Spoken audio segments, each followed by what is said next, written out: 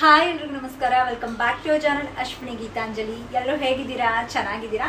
ನಾವೆಲ್ಲರೂ ತುಂಬಾ ಚೆನ್ನಾಗಿದ್ದೀವಿ. ನಮ್ಮ ಚಾಲೆಂಜಲ್ಲಿ ಇದು 3rd ವೀಕ್. ಸೊ 2 ವೀಕ್ ಎಷ್ಟು ಬೇಗನೆ ಹೋಗೋಯ್ತು. ಆ್ಯಂಡ್ ನಾನು ಎವ್ರಿ ವೀಕು ನಮ್ಮ ಡಯಟ್ ಚಾಲೆಂಜಲ್ಲಿ ಚೇಂಜಸ್ ಇರುತ್ತೆ ಅಂತ ಹೇಳಿದೆ. ಅದೇ ರೀತಿಯಾಗಿ ಸೆಕೆಂಡ್ ವೀಕಲ್ಲೂ ನಾನು ಕೆಲವೊಂದು ಚೇಂಜಸ್ ಮಾಡಿದ್ದೆ. ಸೊ ಫಸ್ಟ್ ವೀಕಲ್ಲಿ ಸೆಕೆಂಡ್ ವೀಕಲ್ಲಿ ಏನೆಲ್ಲ ರೂಲ್ಸ್ ಇತ್ತು ಸೊ ಅದು ಎಲ್ಲರಿಗೂ ಗೊತ್ತಿದೆ. ಯಾರಾದರೂ ಹೊಸ್ದಾಗಿ ಈ ವಿಡಿಯೋನ ನೋಡ್ತಾ ಇದ್ದರೆ ಸೊ ಅವ್ರಿಗೆ ಕನ್ಫ್ಯೂಷನ್ ಬೇಡ. ಸೊ ಫಸ್ಟ್ ನಾವೇನು ಮಾಡಿದ್ವಿ ಅಂದರೆ 21 ಡೇಸ್ ವೆಯ್ಟ್ ಲಾಸ್ ಚಾಲೆಂಜ್ ತೊಗೊಂಡ್ವಿ. ಸೊ ಮೇಯ್ನಾಗಿ ಹೌಸ್ ವೈಫ್ಗಳಿಗೆ. ಅದರಲ್ಲಿ ನಮ್ಮ ರೂಲ್ಸ್ ಏನಿತ್ತು ಅಂದರೆ 8 into 8 ಗ್ಲಾಸಸ್ ಆಫ್ ವಾಟರ್ನ ತೊಗೋಬೇಕು ಒಂದಿನದಲ್ಲಿ ಮಿನಿಮಮ್ ಅದು. ಬಟ್ ಯಾವ್ಯಾವ ಟೈಮಲ್ಲಿ ತೊಗೋಬೇಕು ಅದನ್ನೆಲ್ಲ ಮೆನ್ಷನ್ ಮಾಡಿರ್ತೀನಿ ಎವ್ರಿ ವಿಡಿಯೋಲಿ. ಸೊ ನಿಮಗೆ ಆ ಎಲ್ಲ ವಿಡಿಯೋಸ್ ನೋಡಿದ್ರೆ ಗೊತ್ತಾಗುತ್ತೆ.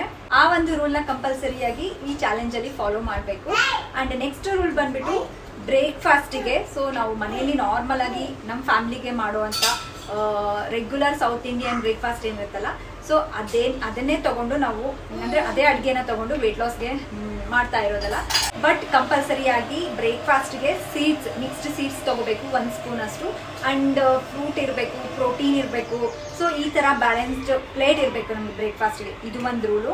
ಆ್ಯಂಡ್ ನೆಕ್ಸ್ಟ್ ಬಂದುಬಿಟ್ಟು ಏನು ಫಾಲೋ ಮಾಡಿದ್ವಿ ಅಂದರೆ ಮಧ್ಯಾಹ್ನ ಕಂಪಲ್ಸರಿಯಾಗಿ ನೀವು ಏನಾದರೂ ತೊಗೊಳ್ಳಿ, ರೊಟ್ಟಿ, ಚಪಾತಿ ಅಥವಾ ರೈಸ್. ಸೊ ಆ ಥರದ್ದು ರೈಸ್ ಕಂಪಲ್ಸರಿ ಡೈಲಿ ತೊಗೊಳ್ತಾ ಇದ್ದೀವಿ.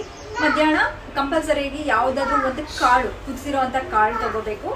ಅದೇ ಥರ 20 minutes workouts compulsory.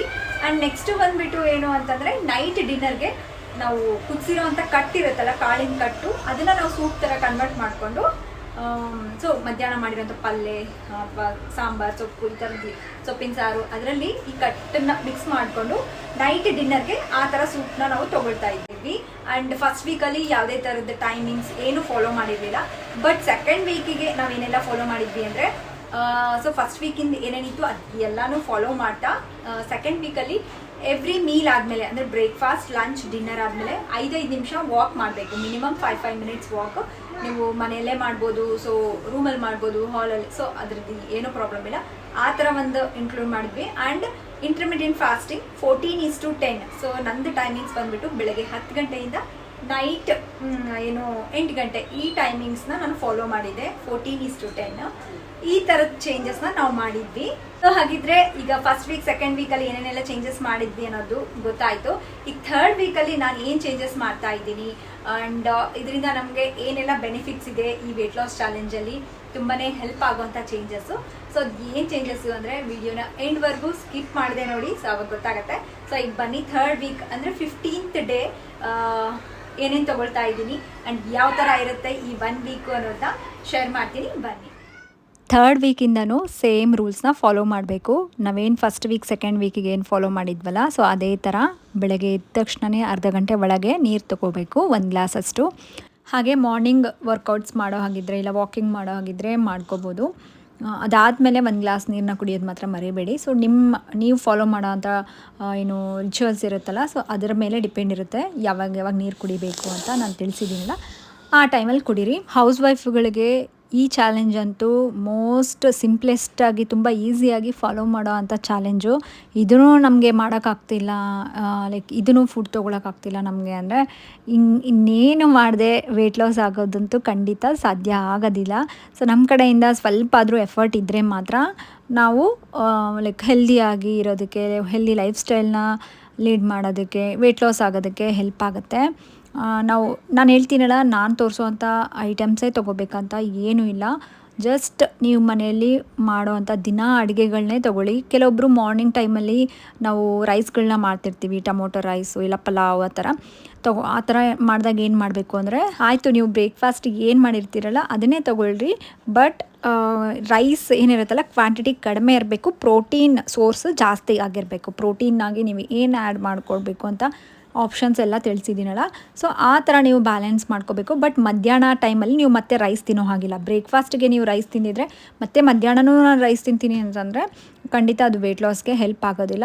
So like one day ಒಳಗೆ 1 ಟೈಮ್ ರೈಸ್, ಅದು ಸ್ವಲ್ಪ ಪೋರ್ಷನ್ ಕಂಟ್ರೋಲ್ ಮಾಡ್ಕೊಂಡು ತೊಗೋಬೋದು.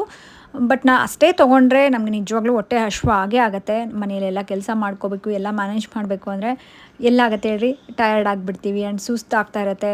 ಜಸ್ಟ್ 1 ದಿನ 2 ದಿನ ಮಾಡಿ ಬಿಟ್ಬಿಡ್ತೀವಲ್ಲ. ಸೊ ಆ ಥರ ಆಗಬಾರ್ದಂತಲೇ ನಾನು ಹೇಳೋದು, ಪ್ರೋಟೀನ್ ಸೋರ್ಸ್ನ ನೀವು ಏನಿದ್ರೆ ಅದನ್ನು ಮಾಡಿಕೊಂಡು ಜೊತೆಗೆ ಆ್ಯಡ್ ಮಾಡಿಕೊಂಡು ಪ್ರೋಟೀನ್ನ ನೀವು ತೊಗೊಳೋದ್ರಿಂದ ಬ್ಯಾಲೆನ್ಸ್ಡ್ ಮೀಲ್ ಆಗುತ್ತೆ. ಆ್ಯಂಡ್ ಪ್ರೋಟೀನ್ ತಿನ್ನೋದ್ರಿಂದ ತುಂಬ ಹೊತ್ತು ಸ್ವಲ್ಪ ಹೊಟ್ಟೆ ಹಶ್ವನೂ ಆಗೋದಿಲ್ಲ. ಆ ಒಂದು ರೀಸನಿಂದ ಪ್ರೋಟೀನ್ ತುಂಬಾ ಇಂಪಾರ್ಟೆಂಟ್ ಆಗುತ್ತೆ ವೆಯ್ಟ್ ಲಾಸಲ್ಲಿ. ಸೊ ಇದೆಲ್ಲ ಮಾಡಿಕೊಂಡು ಆ್ಯಂಡ್ ನೀರು ಕುಡಿಯೋದಂತೂ ನಿಮಗೆ ಗೊತ್ತಿದೆ ಯಾವಾಗ ಕುಡಿಬೇಕು ಅಂತ. ಸೊ ಅದನ್ನು ನಾವು ಫಾಲೋ ಮಾಡೋದು ಏನು ತುಂಬ ಕಷ್ಟ ಅನಿಸಲ್ಲ. ಸ್ಟಾರ್ಟಿಂಗಲ್ಲಿ ನೀವು ಯಾವಾಗ ಕುಡಿಬೇಕು ಅಂತ ಕನ್ಫ್ಯೂಸ್ ಆಗ್ಬೋದು. ಬಟ್ ಅಭ್ಯಾಸ ಆಲ್ರೆಡಿ 2 ವೀಕ್ ಕಳೆದೋಗಿದೆ. ಸೊ ಇಷ್ಟೊತ್ತಿಗೆ ಅಭ್ಯಾಸ ಆಗಿಬಿಟ್ಟಿರುತ್ತಲ್ಲ ನಿಮಗೆ.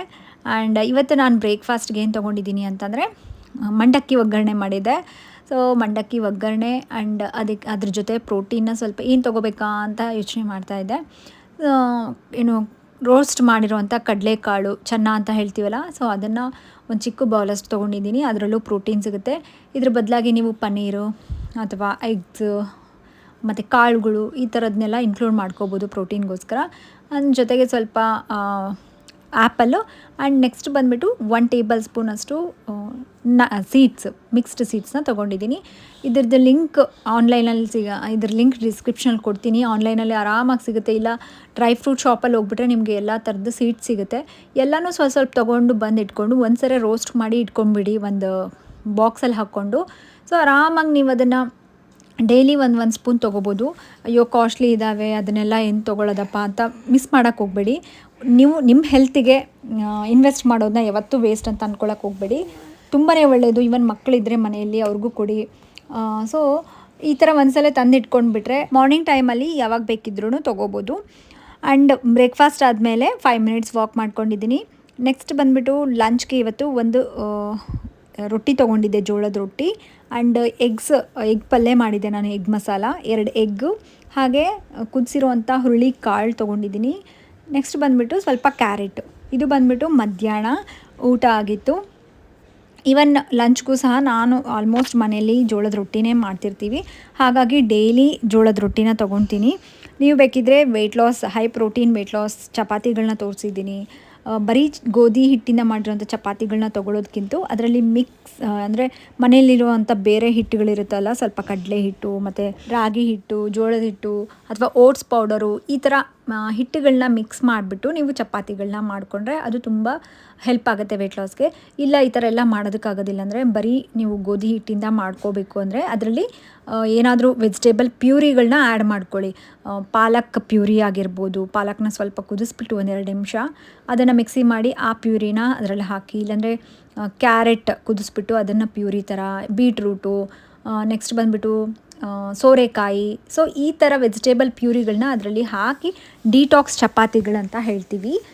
ಸೊ ಇದನ್ನು ತೊಗೊಳ್ಳೋದ್ರಿಂದನೂ ನಮಗೆ ವೆಯ್ಟ್ ಲಾಸ್ಗೆ ಹೆಲ್ಪ್ ಆಗುತ್ತೆ. ಯಾವಾಗಲೂ ಹೇಳ್ತಿರ್ತೀನಿಲ್ಲ, ಬರೀ ಗೋಧಿ ಹಿಟ್ಟಿಂದ ಮಾಡಿರೋವಂಥ ಚಪಾತಿಗಳನ್ನ ತೊಗೊಳೋದ್ರಿಂದ ನಮಗೆ ಅಷ್ಟೊಂದು ಯೂಸ್ ಆಗೋದಿಲ್ಲ. ಸೊ ಈ ಥರ ಬ್ಯಾಲೆನ್ಸ್ ಮಾಡ್ಕೊಳ್ಳಿ. ಆ್ಯಂಡ್ ಮಧ್ಯಾಹ್ನ ಕಂಪಲ್ಸರಿಯಾಗಿ ನಾವು ಸ್ವಲ್ಪ ರೈಸ್ ತೊಗೊಳ್ತೀವಲ್ಲ, ಸೊ ನೀವು ತೊಗೊಳ್ಬೋದು. ಬಟ್ ಮಾರ್ನಿಂಗ್ ಟೈಮಲ್ಲಿ ತೊಗೊಂಡಿದ್ರೆ ಮಧ್ಯಾಹ್ನ ಟೈಮಲ್ಲಿ ಅವಾಯ್ಡ್ ಮಾಡಬೇಕು. ನೈಟ್ ಟೈಮಲ್ಲಂತೂ ರೈಸ್ ತೊಗೊಳೋದಕ್ಕೆ ಹೋಗಬೇಡಿ, ಅವಾಯ್ಡ್ ಮಾಡಿ. ನಾನು ಹೇಳ್ದ ಹಾಗೆ ಸೂಪ್ಗಳನ್ನ ಆ ಥರ ತೊಗೋಬೋದು. ಆ್ಯಂಡ್ ಏನು 3rd ವೀಕಿಂದ ನಾನು ಏನು ಚೇಂಜಸ್ ಹೇಳ್ತಾ ಇದ್ದೀನಿ, ಸೇಮೇ ಇದೆಯಲ್ಲ ಅಂತ ಅಂದ್ಕೊಳ್ತಾ ಇದ್ದೀರಾ. ಆ್ಯಂಡ್ ಈಗ ಬರುತ್ತೆ ನೋಡಿ, ನೆಕ್ಸ್ಟ್ ಮೇಯ್ನ್ ನಾನು ಚೇಂಜ್ ಮಾಡಿರೋದು ನೈಟ್ ಡಿನ್ನರ್ಗೆ ಚೇಂಜ್ ಮಾಡಿದ್ದೀನಿ. ತುಂಬ ಜನಕ್ಕೆ 16:8 ಇಂಟರ್ಮಿಟೆಂಟ್ ಫಾಸ್ಟಿಂಗ್ ಮಾಡೋದಕ್ಕೆ ಕಷ್ಟ ಆಗುತ್ತೆ. ಸೊ ನಮಗೆ ಅಷ್ಟೊಂದೆಲ್ಲ 12ಇಂದ 7ವರೆಗೆ ಆ ಥರ ಎಲ್ಲ ಮಾಡೋದಕ್ಕೆ ಆಗೋದಿಲ್ಲ ಅಂತ ಹೇಳ್ತಿರ್ತೀರ. ಸೊ ಅದನ್ನೇ ಮೈಂಡಲ್ಲಿ ಇಟ್ಕೊಂಡು ನಾನು ಮತ್ತೆ ಏನು ಚೇಂಜ್ ಮಾಡೋದಕ್ಕೆ ಹೋಗಿಲ್ಲ. 14:10 ಇದು ಒಂದು ಟೈಮಿಂಗ್ಸ್ ಅನ್ನೋದು ಒಂದು ಒಳ್ಳೆಯ ಆಪ್ಷನ್ನೇ.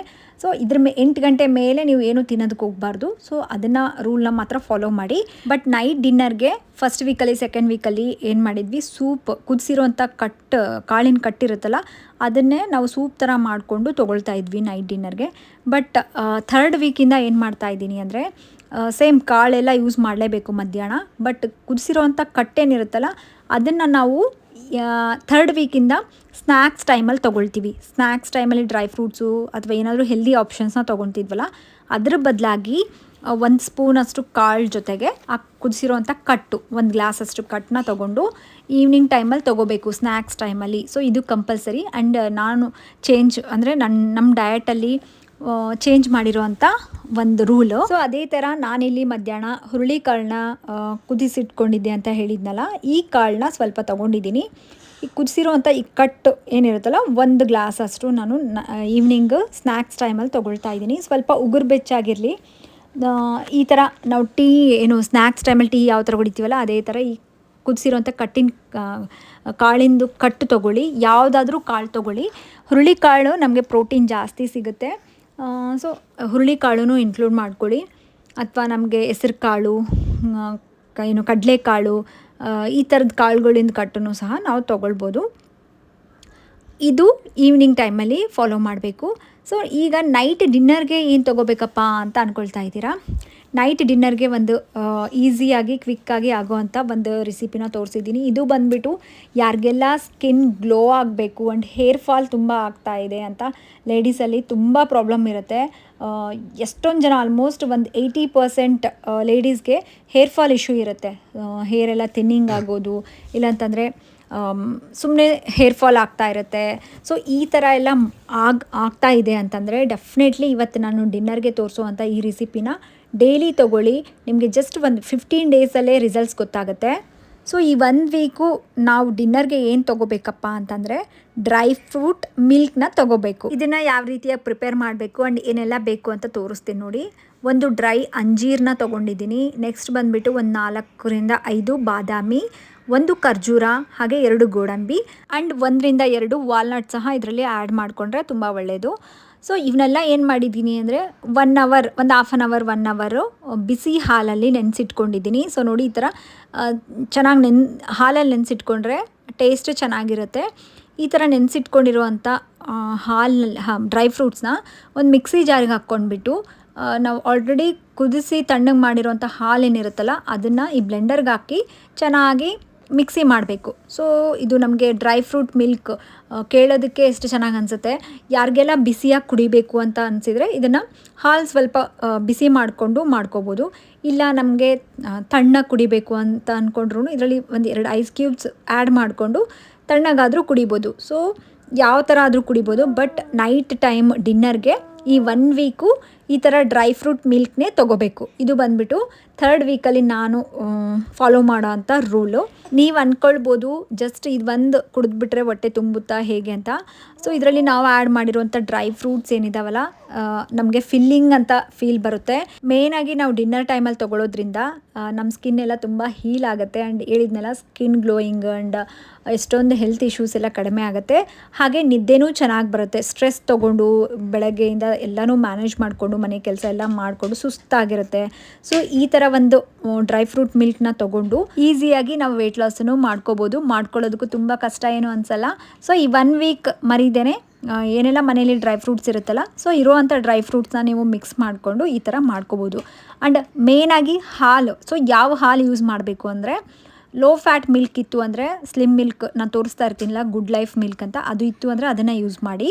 ಅದನ್ನು ಸ್ವಲ್ಪ ಲೋ ಫ್ಲೇಮಲ್ಲಿ ಇಟ್ಕೊಂಡು ಕಾಸಿ ತಣ್ಣಗಾದ್ಮೇಲೆ ಯೂಸ್ ಮಾಡಿ. ಇಲ್ಲ ಅಂತಂದರೆ ನಾರ್ಮಲಾಗಿ ನೀವು ಮನೇಲಿ ಬಳಸುವಂಥ ಹಾಲೇನಿರುತ್ತಲ್ಲ ಅದನ್ನು ಚೆನ್ನಾಗಿ ಕಾಯಿಸ್ಬಿಟ್ಟು 1-2 ಸಲ ಫ್ರಿಜ್ಜಲ್ಲೆಲ್ಲ ಇಟ್ಟು ಕೆನೆ ಎಲ್ಲ ತೆಗೆದಾದ್ಮೇಲೆ ಬಂದಿರೋವಂಥ ಹಾಲನ್ನ ನೀವು ಯೂಸ್ ಮಾಡಬೇಕಾಗತ್ತೆ.